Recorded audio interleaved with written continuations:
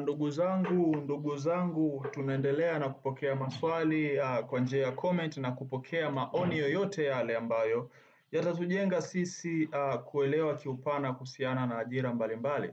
Hivyo tumepokea comment hapa, mtu anafahamu kujua, ndugu yetu mmoja anafahamu kujua, anaitwa Daudi Magunila, sio mtu mgeni sana kwenye channel yetu, sio mtu mgeni kwenye hii jumuiya. Sasa anauliza ya kwamba anasema mimi naomba kuuliza ukipigiwa simu ukipigiwa simu anasema ya kwamba ukipigiwa simu si kule watakuwa wameshaangalia vyeti vyako, kila kitu ndio wakilizika navyo wanakupigia simu, ama hapo inakuwaje? Hebu naombeni mnielekeze vizuri wakuu. Nimemuelewa kwamba amesema kwamba siku ambayo wanakupigia simu wao watakuwa wamekwisha angalia vyeti vyako na kila kitu ambacho ulikiambatanisha, hivyo anaomba kuelewa inakuwaje. Hivyo ndugu yetu Daudi Magunila, kama sijakosea, Daudi Magunila, nitakujibu kama ifuatavyo. Lakini pia hii channel ni huru, ama hii jumuiya yetu ni huru. Unaweza ukashare maoni yako na unaweza kushare experience yako kama utakuwa na maoni tofauti na ambavyo nitasema mimi.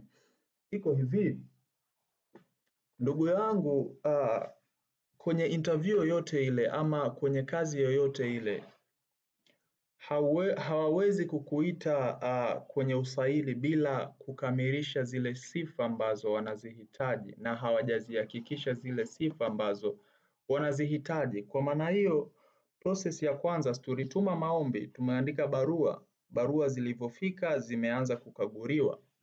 Kwa maana hiyo wataangalia barua moja na nyingine, waangalie ni nani ana sifa ya kupigiwa simu, kitu gani wanakihitaji. Kwa maana hiyo wakishajiridhisha hadi unapigiwa simu, wewe umekizi vigezo ambavyo wanavihitaji na una sifa ya kujiunga na JW.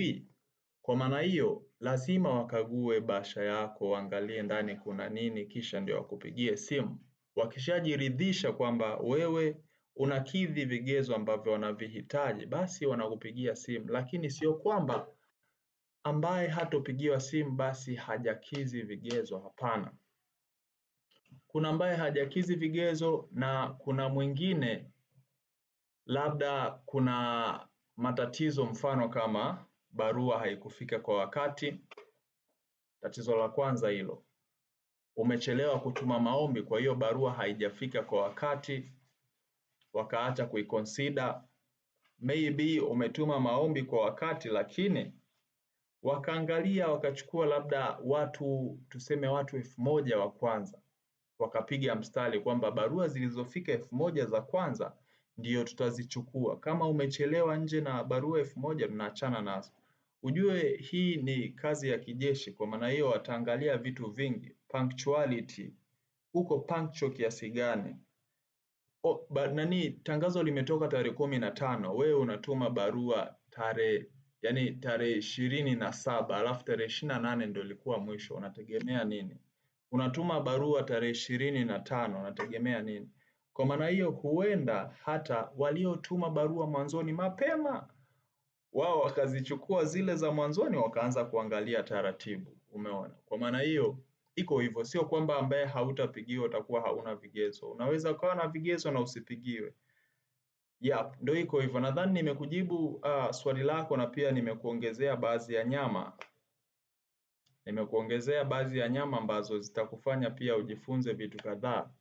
Iko hivyo ndugu yangu. Chao. Kama una comment kitu chochote, unahitaji kushare idea yako, basi drop your comment. Tuko huru kabisa, ila hatuhitaji utapeli wa namna yote ile. Kwa hiyo mtu unavyokuja humu, hakikisha uko positive, mentality yako iko positive, usije ukasababisha watu waanze kuona kama vile tunahamasisha utapeli. No.